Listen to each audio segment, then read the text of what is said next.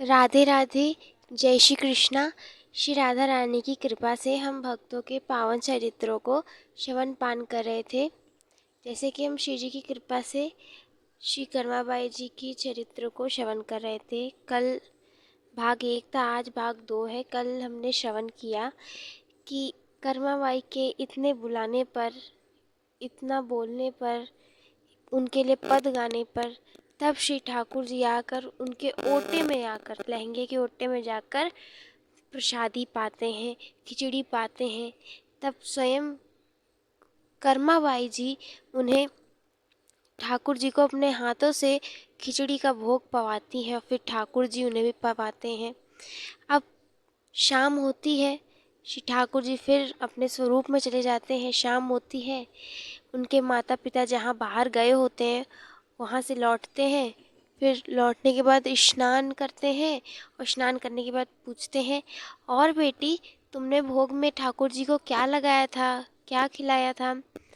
तो कर्माबाई जी बोलती, आज तो मैंने श्री ठाकुर जी को खिचड़ी का भोग लगाया था। ऐसे मैंने आज खिचड़ी का भोग लगाया और ठाकुर जी को पवाया। तो बाबा कहे, अच्छा तुमने आज खिचड़ी का भोग बनाया था, चलो ठीक है, कुछ प्रसादी बची हो तो हमें भी पवा दो बेटी, ऐसा कहा। तो कर्माबाई कही, अरे क्या बताऊं बाबा, मैं ठाकुर जी को भोग चढ़ाई तो ठाकुर जी तो आज पूरा भोग ही खा गए। जो बचा वो मुझे खिला दिया और खुद खा लिए, उन्होंने तो कुछ छोड़ा ही नहीं। बाबा कहे, ये बावरी हो गई है क्या जो ये ऐसे कह रही है? ठाकुर जी खा गए, कैसे ठाकुर जी खाएंगे? वो तो कहाँ खाते हैं, उन्हें तो भोग चढ़ाया जाता है। उन्हें लगा, उनके पिताजी को ये उनका उच्च भाव नहीं था, तो उन्हें लगा कि ऐसे कैसे हो सकता है। तब कर्माबाई जी से कहने लग गए, अरे बेटी तुम क्या बोल रही हो, मुझे कुछ समझ में नहीं आ रहा है, ठाकुर जी पूरा खा गए, क्या कहना चाह रही हो? तब कर्माबाई जी कहती हैं कि आज जो ठाकुर जी थे वो खा नहीं रहे थे, मैंने उनको इतना मनाया, इतना मनाया, इनके लिए पद गाया, इनके लिए पर्दा लगाया, तब जाकर ये आए और फिर पाए। तब बाबा को विश्वास नहीं हो रहा था कि ऐसा कैसे हो सकता है। तो कर्माबाई जी कही, तब इनको मैंने अपने हाथों से खिलाया, तब ये खाए और फिर मुझे जो बचा था वो मुझे खिला दिया, ऐसे बताया। बाबा को लगा, बेटी तू ये सच कह रही है? तब कर्माबाई जी कही, अरे बाबा प्रतिदिन आप भी तो भोग लगाते हो, आप भी तो ऐसे ही श्री ठाकुर जी को भोग लगाते हो, मैंने भी वैसे लगाया और मेरे हाथों से भी ठाकुर जी खाए आज, जैसे आपके हाथों से खाते हैं। तब पिताजी और माताजी के नेत्रों से अश्रु बहने लग गए और वो कहने लग गए, बेटी आज तक हमने ऐसा कभी भी नहीं देखा कि ठाकुर जी आए और हमारे हाथों से खाए हो। हम तो स्वयं उनके सामने थाल रख देते थे और पर्दा लगा के तुलसी छोड़ के चले जाते थे और कुछ देर में आकर हम लेकर अपने भोग को ले चलते थे, लेकिन श्री ठाकुर जी हमारे सामने कभी भी नहीं आए, ऐसा कहा। कर्माबाई कही, अरे नहीं नहीं, ऐसा नहीं है, ठाकुर जी आते हैं और खाते हैं। तब वे कहे, बेटी हमें भी दिखाओ ठाकुर जी कैसे खाते हैं। तो कर्माबाई कही, अरे ऐसी बात है, अरे आप लोग आने से पहले मैंने बहुत सारे व्यंजन बना के रखे हैं, देखिए देखिए मैंने आप साग बनाया है, फुलके बनाए हैं, मीठा बनाया है, आदि आदि वस्तु बनाए हैं, व्यंजन बनाए हैं, चलिए अभी ठाकुर जी को पवाती हूँ, तब आप देखिएगा कैसे ठाकुर जी खाते हैं, कैसे पाते हैं। तब कर्माबाई जी ने एक बड़ी सुंदर सी थाल में श्री ठाकुर जी के लिए मीठा, फुलके और साग सब्जियाँ परसी और फिर ठाकुर जी के सामने लेके गई और कहा, अब आओ खाइए, ठाकुर जी आइए खाइए पाइए, इतना कहा। अब क्या देखा कि ठाकुर जी तो पा ही नहीं रहे। तब कर्माबाई सोची, ये पा क्यों नहीं रहे हैं, और माता पिता के सामने ठाकुर जी को थोड़ा कड़वा कड़वा बोलने लग गई कि देखो आप मुझे माता पिता के सामने गलत सिद्ध करना चाहते हो, आप मेरे हाथों से खा नहीं रहे हो, अब आप भोग नहीं पा रहे हो, ऐसा बोलने लग गए। तब कर्माबाई कही, अच्छा पिताश्री माताश्री, देखिए ठाकुर जी ना सबके सामने पाने से थोड़ा लजाते हैं, आप दरवाजे के ओटे में जाइए, तब पाइए, तब देखिएगा श्री ठाकुर जी पाएंगे। तो फिर गई कर्माबाई जी और ठाकुर जी को मनाने लग गई कि मेरे ठाकुर जी, मेरा दिल रखने के लिए, मेरे हृदय को रखने के लिए आप कृपया पा लीजिए। श्री मुझे माता पिता के सामने आप झूठा मत कहवाइए। मैं झूठ थोड़ी तो बोल रही हूँ अपने माता पिता से। आप आते हो तो आप पाते क्यों नहीं हो? आइए, पाइए। तब ठाकुर जी प्रकट हुए और कहने लग गए, देखो कर्मा, मैंने सिर्फ तुमसे कहा था कि हम दोनों की यारी है, ये तो नहीं था कि तुम अपने माता पिता को भी बुलाओ। तो चलो, अब तुम मुझे पवाओ। तब कर्मा बाई जी बड़े सुंदर, जो उन्होंने प्रसादी बनाई थी श्री ठाकुर जी के लिए, वो भोग पधराने लग गई, खिलाने लग गई, खिला रही हैं। अब यहाँ पर कर्मा बाई जी तो खिला रही हैं, पवा रही हैं, परंतु उनके माता पिता को दर्शन नहीं हो रहा। उन्हें नहीं दिख रहा कि कैसे श्री ठाकुर जी पा रहे हैं। तब कर्मा बाई जी से माता उनके पिता कहने लग गए, अरे बेटी, तुम ठाकुर जी को पवा रही हो, हमें दिखाई नहीं दे रहा, क्या क्या गलती हुई, हमको क्यों नहीं दिखाई दे रहा है? तब कर्माबाई ठाकुर जी कहने लग गए, क्यों आप लीला कर रहे हो मेरे माता पिता जी के साथ? क्यों ऐसा कर रहे हो?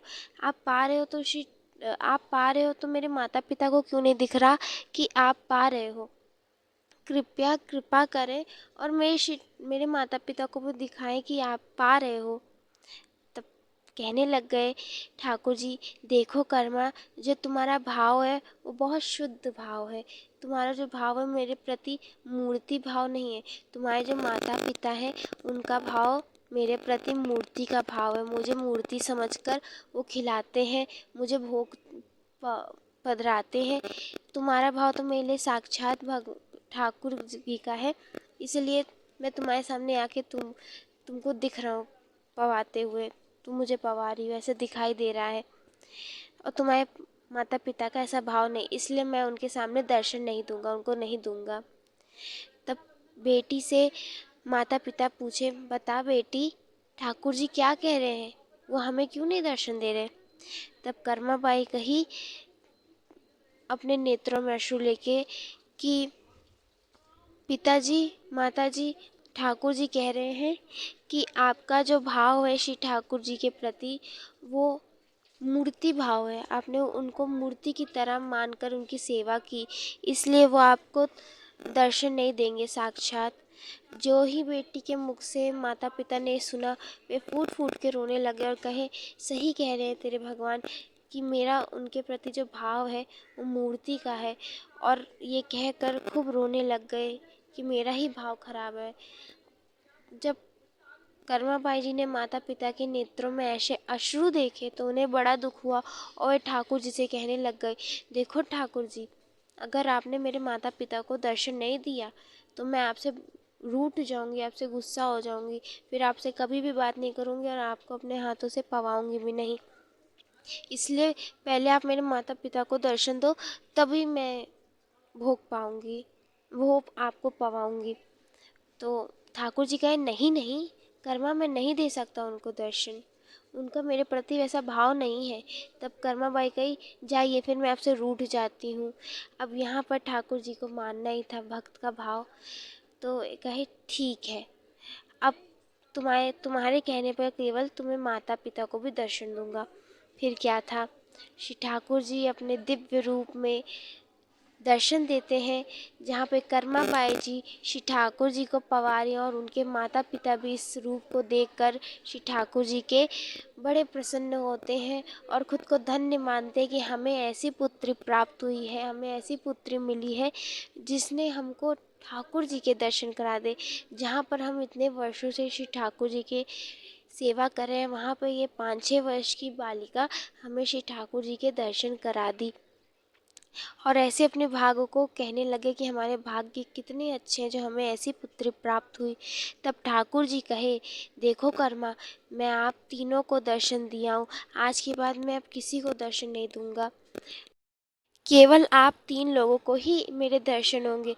और जो कोई भी मेरे सामने आएगा सबको मैं मूर्ति मान लगूंगा, लेकिन जब आप तीनों मेरे सामने आओगे तो आपको मैं साक्षात दर्शन दूंगा।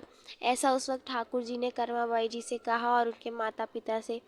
अब जो ही श्री ठाकुर जी ने उनके माता पिता को दर्शन दिए तो क्या ही था, अब उनके माता पिता तो 24 घंटे 8 पहर श्री ठाकुर जी की सेवा में लगे रहते, कर्माबाई जी सेवा में लगी रहती। ऐसे उनका जीवन चल रहा था।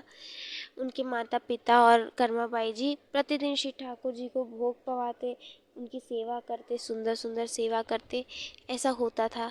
अब माता पिता जो थे कर्माबाई जी के, वो बूढ़े हो रहे थे, तो उन्हें डर था कि हम तो अब कभी भी मृत्यु को प्राप्त हो सकते हैं, हम तो कभी भी मर सकते हैं। हमारी पुत्री एकलौती है, हमें उसका विवाह करवा देना चाहिए, वरना अगर हम मर जाएंगे तो हमारी पुत्री का ख्याल कौन रखेगा। उन्हें लगा, तो उन्हें कहा, बेटी तू अब विवाह कर ले, हम लोगों का पता नहीं कि हम कब मृत्यु को प्राप्त हो जाए। लेकिन कर्माबाई जी की बिल्कुल भी इच्छा नहीं थी कि वो विवाह करें, परंतु उनके माता पिता ने उन्हें आज्ञा दी कि तुम्हें विवाह करना है, तो उन्हें विवाह करना पड़ा। तो वहाँ वे विवाह करती हैं। उनकी आयु थी 9-10 वर्ष की। तो कलवा गांव से दूर उनकी लिखमा नामक एक व्यक्ति से विवाह होता है। तो इस प्रकार उनका वैवाहिक जीवन चल रहा था।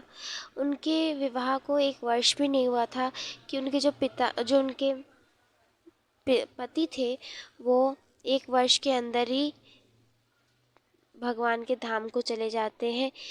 अब जैसे ये सूचना उनके माता पिता को पता चली, वे बड़े दुखी हुए और बड़े विरह में आ गए कि हमारी बेटी की उम्र ही कितनी थी जो ऐसा हो गया, और बड़ा दुख व्यक्त किया। और ऐसे विरह में उन्होंने भी अपने प्राण त्याग दिए। यहाँ पर कर्माबाई जी के जो पति थे वे भी चले गए, और वहाँ से संदेश मिलता है कि उनके माता पिता भी इस सूचना को सुनकर चले गए।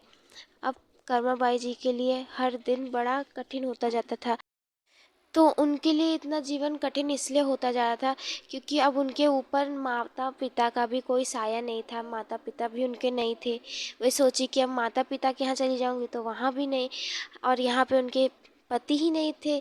तो हम सब जानते हैं कि उस समय जिनके पति नहीं होते थे उनके साथ कितना बुरा बर्ताव, यानी कि उनको बड़ी नीची दृष्टि से देखा जाता था। उन्हें सब सोचते थे ये ऐसी हैं वैसी हैं, आदि आदि लोग कहते थे। तो ऐसे उनके जो ससुर पक्ष के लोग थे, सास पक्ष के लोग थे, उन्होंने उन्हें त्याग दिया था कि हम नहीं जानते ये कौन है।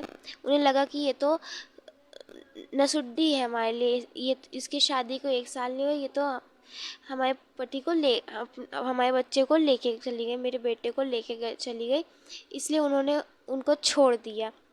अब ऐसे कर्माबाई जी अकेले जीवन चला रही थी। यहाँ पर श्री कर्माबाई जी के पास उनके ठाकुर जी भी नहीं थे। क्यों?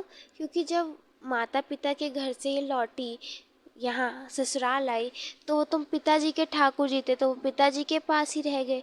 तो यहाँ पे कर्माबाई जी के पास कोई ठाकुर नहीं थे जिनकी वो सेवा कर पाए। इस बात का उन्हें दुख रहता था। एक जगह उन्हें लगता था कि मैं कितनी लाचार हूँ, मेरे साथ ऐसा वैसा हुआ। फिर दूसरी जगह दूसरे पक्ष में ये सोचती, अरे कहाँ, मेरे पास तो श्री ठाकुर जी की कृपा है, उनकी इतनी कृपा है, तो मैं कहाँ लाचार हूँ। इस बात से खुद को सांत्वना दिया करती थी। अब एक दिन क्या हुआ, वे नदी में स्नान करने गई। नदी में स्नान करने गई तो स्नान कर रही थी, तभी उनके पैर के पास एक विग्रह आया और उनके पैर पे लगा। अब उनको लगा कुछ भारी, जो ही उठाया तो विग्रह में हाथ और जो पैर थे, चरण थे, वो टूट गए थे, खंडित थे। तो जो देखा उन्हें लगा ये तो मुझे प्रभु के विग्रह लग रहे हैं, ज़रूर ये जगन्नाथ हैं, क्योंकि हमारे जगन्नाथ बड़े सुडौल हैं। उनके कहाँ हाथ, कितने सुंदर सुंदर उनके पैर, वैसे सुडौल उनके पास जो विग्रह पहुँचे वो ऐसे जगन्नाथ जैसे दिख रहे थे। जब पंडित को दिखाया कर्माबाई जी ने तो क्या पाया, वे तो जगन्नाथ ही हैं, जगन्नाथ ही हैं। तो जो पाया, देखा कि अब तो जगन्नाथ मिल गए, तो गई अपनी कुटिया में और जाकर उनके लिए सेवा पधरा दी। बढ़िया सुंदर सा मखमली कपड़ा लगा दिया, श्री ठाकुर जी उस पर विराजते, जगन्नाथ जी को विराजमान कर दिया। अब तो कहाँ उनका संसार में कोई नहीं बचा। जहाँ पे उनके साथ ऐसा हुआ कि सब कोई नहीं है, अब यहाँ पर श्री ठाकुर जी आ गए, जगन्नाथ आ गए, जो जगत के नाथ हैं उनके पास आ गए, और अब उन्हीं से उनकी ही सेवा श्री कर्माबाई जी करती हैं। नित्य ही वो श्री ठाकुर जी की सेवा करती, उन्हें भोग पधराती, आदि आदि उनकी सेवा करती, श्रृंगार करती। अब उनके जीवन में एक ही कार्य था कि वे श्री ठाकुर जी के लिए जी रही हैं और ठाकुर जी उनके हैं। अब मैं ठाकुर जी की हूँ, ठाकुर जी की वे पूर्ण समर्पण कर चुकी थी, उन्हीं की हो चुकी थी। तो अब एक दिन बैठी हुई थी, अपने ससुराल में रहती थी, कुटिया बनाकर अलग। तो उनको बैठे बैठे श्री ठाकुर जी की सेवा कर उन्हें लगा कि जब ठाकुर जी मेरे पास ऐसे आ सकते हैं तो मैं उनके लिए क्या कहीं और नहीं जा सकती? क्या आवश्यकता है मुझे यहाँ रहने की? मैं जगन्नाथ क्यों नहीं चली जाती हूँ? जगन्नाथपुरी मुझे चले जाना चाहिए। जब जगन्नाथ भगवान मेरे पास आ सकते हैं तो मैं क्या जगन्नाथ जी के पास नहीं जा सकती? उस वक्त उनकी जो उम्र थी वो केवल 15-16 वर्ष थी। भोलापन उनका इतना, उन्हें लगा भगवान मेरे लिए इतने दूर से आ सकते हैं, मैं उनके यहाँ नहीं जा सकती, ऐसा लगा। तो उसी दिन उन्होंने सब कुछ छोड़ दिया जो भी था वहाँ पर, केवल अपने ठाकुर जी को, खिचड़ी की सामग्रियों को, क्योंकि उनको खिचड़ी ही बनानी आती थी, अच्छी अच्छी खिचड़ी बनानी आती थी जिस पे ठाकुर जी रीझे थे। खिचड़ी की वस्तुएं ली, सामग्रियाँ ली और अपने ठाकुर जी को लिया और सब बंद कर कर चली गई जगन्नाथपुरी। अब श्री कर्माबाई जी जगन्नाथपुरी में सेवा करती हैं। श्री जी की कृपा से अभी हम यहीं विराम देते हैं। कल हम जगन्नाथपुरी में कर्माबाई जी की जो खिचड़ी थी, जिसको बड़े बड़े लोग खाने आते थे, उसको देखेंगे कैसे कर्माबाई जी की खिचड़ी पूरी जगह फैल गई, जिसको स्वयं भगवान पाने आते थे। तो ऐसे श्री जी अपनी कृपा बनाए रखें और हम ऐसे भगवान के भक्तों के पावन चरित्रों को श्रवण करते रहें। अभी हम यहीं पे विराम देते हैं, तब तक के लिए आप सभी भक्तों को राधे राधे, जय श्री कृष्णा।